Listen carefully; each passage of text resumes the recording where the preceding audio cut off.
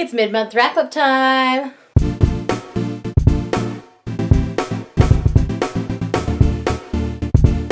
Hey friends, Shayla here. So I'm here to wrap up the first half of my reading in the month of January of 2019. So I've got 3 physical books, 4 ebooks, and a giant pile of manga to get through. If you are only here for the manga, here is your timestamp so you can skip to that. But I hope everybody will stick around for the entire video because I read tons of good stuff already this month. An insane amount of stuff, I'm not gonna lie. But yeah, it's a good time. So let's go ahead and dig right in. So I'm going to start with the ebooks because I don't have them physically, so it's just a good place to start. The first one we're going to talk about is The Way You Love Me by Miranda Liason. This is coming out later this month. This is a contemporary smutty romance sent to me by the lovely people at Forever Romance. And I really enjoyed my read of this. This was definitely a 4-star smutty read. Next up on this list is another smutty romance. This one's of the cowboy variety, and this is Cowboy Brave by Carolyn Brown. This is one of the Longhorn Canyon books. I read my first Longhorn Canyon book in the winter time, early in the winter time, like November, December. And I really liked the characters in that world, in that, storyline. So I was really excited when I heard there was another one coming out. Again, I gave this 4 stars. Next up is another contemporary smutty romance. I read quite a few of those this month already, and it's only halfway through the month. This one is 3 Little Words by Jenny Holiday. This is book 3 in the Bridesmaids Behaving Badly series. Again, this comes out later this month.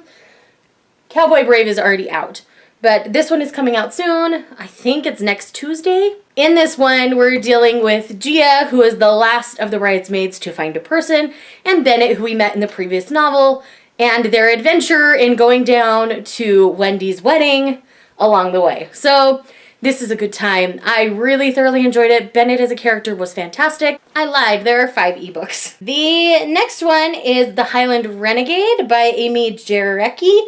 Now, this one I initially gave 3.5 stars, but it's really a 3-star read. This is a Highlander smutty romance novel. In this one, my biggest struggle with it was the writing. The writing wasn't very accessible. In Highlander novels, they tend to write with an accent, and this one was written in a way that made it really hard to figure out what was being said sometimes, and it took me 3 or 4 times reading a sentence before I really got what was going on a lot of the time. So because of that, that ended up with the lower star rating, but the story in and of itself I liked, the characters in and of themselves I liked. It was just really inaccessible to read, hence the meeting in the middle of the rating here. And then last in the ebook category is In Paris With You by Clementine Beauvais and translated by Sam Taylor. This is a French translated work. I would love to read the original French because I think it would be very interesting to read it in its original French, so I might try to track that down. But in this, we're following a couple and their love story. It is written in verse, and so it goes really quick. It goes really, really fast. Like, I felt like this flew by as I read it. I really read it in basically one sitting.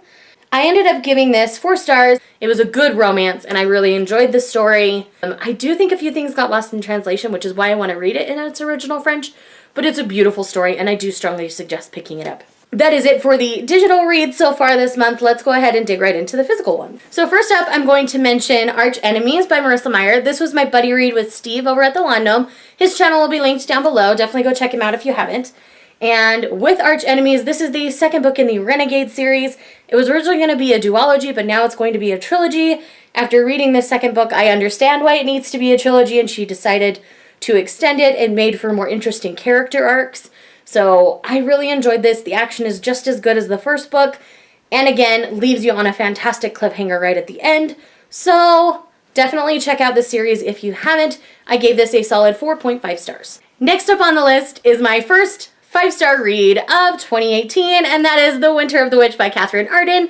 This is book 3 in the Winter Night trilogy, the conclusion to the Winter Night trilogy. I adore this series so much. You guys know my love of this series. I have a whole vlog where I'm basically reading this and you get my thoughts and feelings as I go along. So I will leave that linked down below for you to check out. But there were moments in this book where I was dying inside and almost hyperventilating. It was written so well, beautifully done, perfect conclusion to this series. It wasn't a super tidy ending. It was very much the kind of ending I like. not everybody makes it out alive kind of an ending, and that's what I like in a good fantasy novel, because they're messy yet closed. That's what I like, and that's definitely what this is. I cannot wait to read more from this author. This is her first real series, so I'm excited to see what else she comes out with, because this deals with a lot of beautiful Russian folklore, and I strongly suggest picking up this series if you haven't. The first book is The Bear and the Nightingale. And we also have my first DNF of the year in this list, and that is Leading Lady by Stephen Galloway. Now, the reason why I DNF'd this is because it felt like I was reading a textbook. Sherry Lansing, in and of herself, is not an uninteresting person. It was definitely the writing on this one. I did not get along with Stephen Galloway's writing at all. For me, if Sherry Lansing ever wrote an autobiography where it's actually written in her words, I think it would be much more interesting, because the parts where she was actually speaking that I came across were really interesting, and her personality was great and big and very charismatic. So if she were the one to write it, or at least be primarily writing it with maybe somebody helping her, that would make for a much more interesting read to me, because this just felt like dry toast. It was not great writing. And, you know, a lot of people speak very highly of this book. This book came on a recommendation from my husband, and he was really excited and thought it was going to be great. And I thought it was going to be great, and it wasn't. I did not sign up to read a textbook, so I did not finish this book, and I have no intention of finishing it. I will most likely be unhauling it here soon. Thankfully, I ordered it for cheap on Amazon. Alright, so that is it for the book portion of this video. We are now going to dig into the mountain of manga that I have read so far this month. First up, we have Volume 8 of The Water Dragon's Bride. You guys know I stay current on this series. You guys know I love this series. This gives me all the feels of Ancient Magus Bride, but I'm still waiting for more Ancient Magus Bride. It doesn't come out fast enough for me. But in Water Dragon's Bride Volume 8, we get perspectives from newish characters that we've seen in the background and not know much about. We get their story in this one, and it made for a more fleshed out story, kind of helped fill in some of the holes in the plot that I felt that we had. Volume 8's great. I still highly suggest this series if you haven't checked it out. Another continuation in this stack is the next volume of Rurouni Kenshin. You guys know my love of Kenshin. I talk about Kenshin all the time on this channel. This is about a wandering samurai looking for a place to call home and finding peace, and all the people who don't want to let him have that. So this was volumes 19, 20, and 21. There are 2 omnibuses left in this series, and I will slowly pick them up just like I have the rest of the series, just as I find them on sale and whatever. So I am really excited to be continuing on in Kenshin's story. I adore this manga much more than I thought I was going to. I do plan on watching the anime in its entirety sometime here soon. I just keep forgetting to get back to it. There's so many shows I want to watch, it's hard. But yes, definitely check out Kenshin if you haven't. These next 5 volumes are all part of the same series, and yes, I read the entire series since the year started, and that is Astra, Lost in Space. This is a well-loved series here on YouTube/BookTube/MangaTube. This is about a group of kids going to a neighboring planet unsupervised to enjoy some time off. I think it's just supposed to be kind of like a week-long summer camp kind of situation without supervision. Anyways, they show up on the planet, and there is something that transports them into deep space, and your adventure starts there, and it's all about their journey to get home. This is a really, really interesting one. Nothing super groundbreaking or earth-shattering in this particular series. I mean, most of the big plot points you could kind of see coming, so none of it was a real surprise, at least not to me and my husband. We both read this. But it was sure a fun ride. I really enjoyed our characters. I really enjoyed this space world that they are in. They left it at a point where they could come back and visit this universe if they choose to. And I would probably pick up something in this universe again just because I really enjoyed the characters and the writing from this particular author. So yes, if you're interested in Astra Lost in Space at all, it's a nice short 5-volume series. Go ahead and check it out. Next up, we have a one-shot that in that vlog that's linked down below, I totally fangirl over, like, for 10 minutes in this vlog, so you definitely have to go and check it out, and that is Ne, and this is an age gap romance one-shot manga. I am so sad it's only a one-shot, because it's even a short one-shot. These two, the reason why this age gap works is because he is just as naive and inexperienced at love as she is. So there's no like power struggle. They're both kind of on the same page. They're both kind of fumbling their way through because they both don't know how this works or what to do. And it is just beyond adorable. Lots of blushing, lots of cuteness, very innocent, very sweet. I would love an entire series about these two because this is fantastic. I absolutely adored it. If the author ever comes out with more with these two, believe me, I will pick it up because, yes, it is just, it has my heart. Like I say, I totally gush about it and talk a lot about it in that vlog. So I will leave that for you guys to go check out. You guys don't need to hear me fangirl about it all over again, but know that I absolutely loved and adored this. These next ones are all new series that I've started in the new year. So the first one, I read the first 2 volumes of The Demon Prince of Momochi House. Now, if you're familiar with Kami-sama Kiss It All, this has very similar vibes in which we have a teenage girl who on her 16th birthday gets given this will in which she inherits Momochi House because she is a Momochi. She shows up at Momochi House and there are squatters, 3 squatters in her house, and she doesn't understand why and they can't leave. So that's all I'm going to tell you. The rest you can kind of figure out for yourself. Go and enjoy Demon Prince of Momochi House. It's lovely. It makes me smile. It makes me squeal. It does all the things a good shoujo is supposed to do. Definitely check it out if you haven't.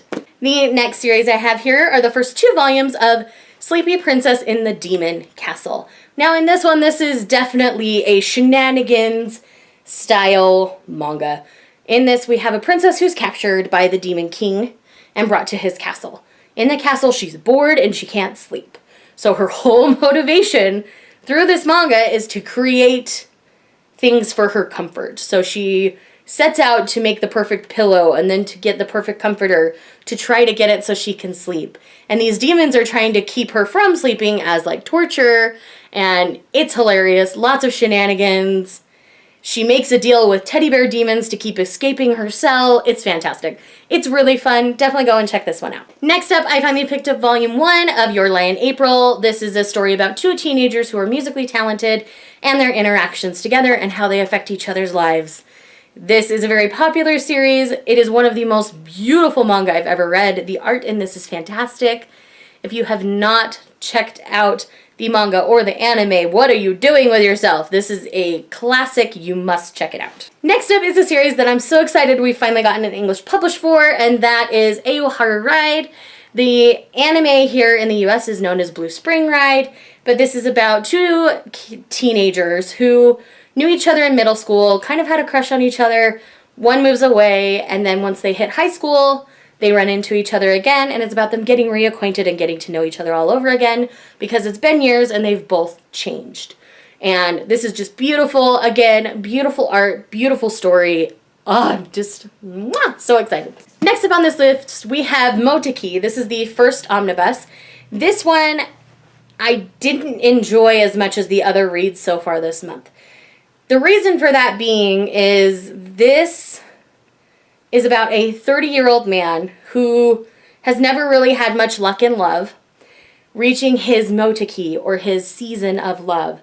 So all these girls from his past kind of come out of the woodwork and are expressing romantic interest in him again. So it's interesting, and I really liked where the story was headed at the end of this omnibus. But we see our main character make some really boneheaded and stupid mistakes and stupid assumptions, and that makes it hard to read at times. But I do have the second omnibus of this. I don't know if it's just the 2 or if there's any more. Anyways, I'm taking this like one by one to see how I feel. And like I say, I was interested enough to continue because I liked the momentum it was headed. So we will see by the end of the second one how I truly feel. But for now, this one's just kind of middle of the road. I don't hate it, but I didn't love it like I've loved my other reads. A couple more continuations I forgot to talk about. I read volume 6 of To Your Eternity. Totally made me cry. This was a very emotional volume for me, and I loved it. It was so good. Fushi's story is so sad, but so beautiful at the same time. There is so much going on in this series. I don't want to say too much about it because of spoilers. But if you have not read To Your Eternity, I highly, highly, highly suggest you pick it up. And of course, yesterday, one of my most anticipated releases of the year and the month came out, and that is volume 11 of Sweetness and Lightning. We only have one more volume coming out in this story, so this was definitely building towards our end. It was beautifully done. I was really pleased with where this story was headed. The art is always beautiful, the recipes are always fun, but the story behind all of it is what I am here for. And this is amazing. Our high school girl character has now graduated, and it'll be interesting to see how the next period of time goes. So I am interested to see how the author chooses to wrap this up. It can go a couple different ways, but I'm really excited to see what they choose. All right, we've got 3 volumes left. I know this wrap up is long, guys. I'm really sorry, but I'm not sorry at the same time because I've really loved most of what I've read this month. There's only been 3 things out of all of this that I've read that I didn't really enjoy as much as I enjoyed everything else. And even then, I didn't hate any of it, so it's all good. Anyways, guys, I started Tokyo Terra Rainbow Girls. I've read the first 2 volumes. This is about women in their early to mid 30s. They're 33, so early to mid, whatever you classify that as. Their whole goal is to find love and hopefully marriage by the time the 2020 Olympics starts because they realize they're past their prime. And so they're wondering why they've not focused a little more on love and all those kinds of things. So it's really interesting. The way they're dealing with the love and potential romantic relationships is really interesting in this series. One thing for this mangaka, she's the one who did Princess Jellyfish. She always makes for really interesting dynamics between the romantic relationships. And I'm really enjoying what she's doing with the series. It's very good. It's talking about, you know, what defines love and relationships and all those kinds of things. So it's really, really interesting. I strongly suggest picking up this series for sure. It is very, like, dramatic, and the ladies are very over the top. So be prepared for that, but outside of that, this is beautiful and I absolutely adore it.